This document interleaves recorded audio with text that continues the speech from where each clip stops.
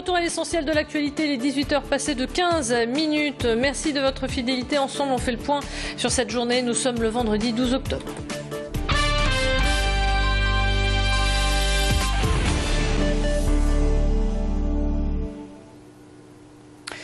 Trafic perturbé ce matin pour les tramways circulant entre Roubaix et Lille. Une jeune adolescente de 14 ans a été happée par un tram. Elle n'a pas entendu l'avertissement donné par le conducteur en raison du port de ses écouteurs.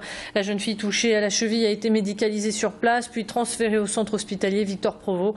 Ses jours ne sont pas en danger. L'année dernière, au même endroit, une personne avait été heurtée par un tramway.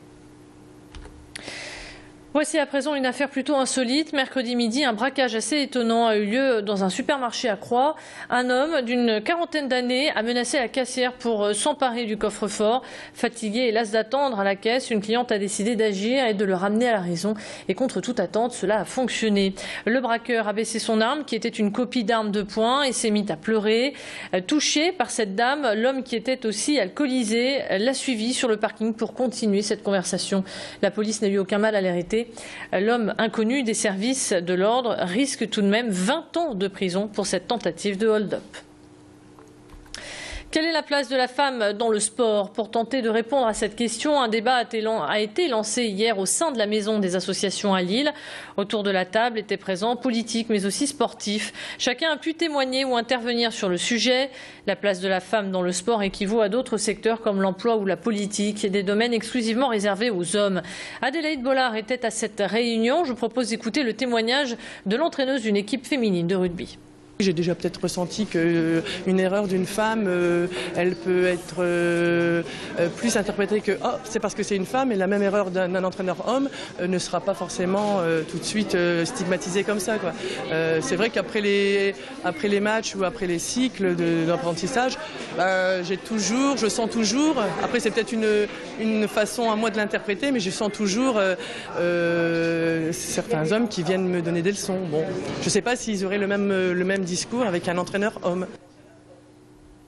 Ça va bouger les 18, 19 et 20 octobre prochains au Tripostal et à l'Aéronef.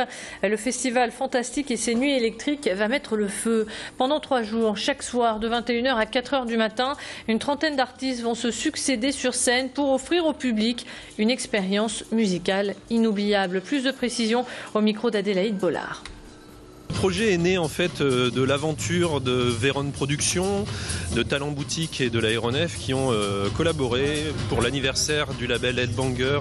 On a eu l'opportunité de se trouver au moment de la saison fantastique de l'île 3000 et on se retrouve à 4 à proposer 3 nuits. 3 nuits fantastiques, le nom exact, les nuits électriques. Et voilà, donc on est sur 2 lieux, l'Aéronef, le Tripostal, pour des soirées qui auront lieu de 21h à 4h du matin, les 18, 19 et 20 octobre prochains. Dans le cadre de l'île 3000, on vous présente une exposition qui saura plaire aux grands comme aux petits. La Maison Folie de Oisem vous propose de découvrir des objets ayant servi au tournage des films cultes tels que Star Wars, Star Trek ou encore Robocop. Rencontre donc avec la commissaire de cette exposition. Les gens vont découvrir tout d'abord une grande collection d'objets, d'accessoires de cinéma, la collection d'Arnaud Grimbert. Et surtout, à travers cette collection, ils vont découvrir le monde de l'ASF. Le monde de l'ASF à travers les grands blockbusters américains, le cinéma, mais également tout ce qu'est le monde de l'ASF, à savoir toute la littérature de l'ASF, la culture populaire de l'ASF, la BD, les comics, bref, tout ce que l'ASF a envahi.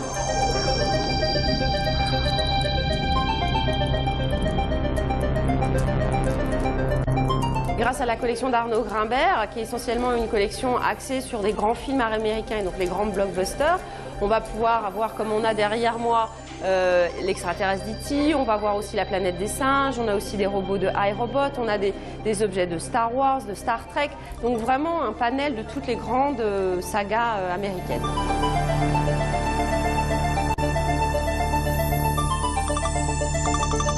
L'idée de cette exposition, c'est un voyage, une immersion dans l'ASF et aussi d'essayer de montrer que l'ASF, c'est pas un sous-genre littéraire, mais qu'il y a une véritable interrogation sur le monde, sur l'homme, la science, la société, et de montrer aussi ces interactions entre la science et la science-fiction.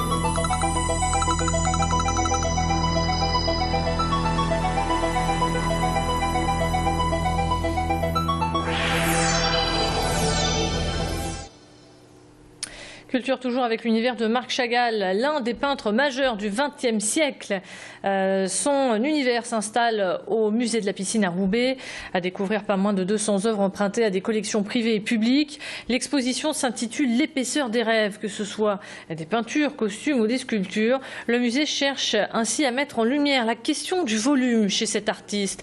Les costumes, qui sont d'ailleurs exposés ici, ont été peints par les mains de l'artiste lui-même et ont été présentés seulement à 4 reprises dans le monde. Il faut aussi savoir que derrière le nom de Marc Chagall se cachent de nombreux décors de ballet russe. Pour la présentation de cette exposition, la petite fille de l'artiste a fait le déplacement et à chaque fois, c'est toujours avec beaucoup d'émotion qu'elle redécouvre ses œuvres. Chaque fois, ça me donne des coups au cœur et j'apprends à chaque fois beaucoup de choses. Et c'est comme si j'étais enveloppée par un voile familier et doux et en même temps qui me redonne une direction à prendre dans ma vie. C'est un peu comme une méditation en fait. C'est la fin de ce flash. Restez avec nous à suivre votre météo.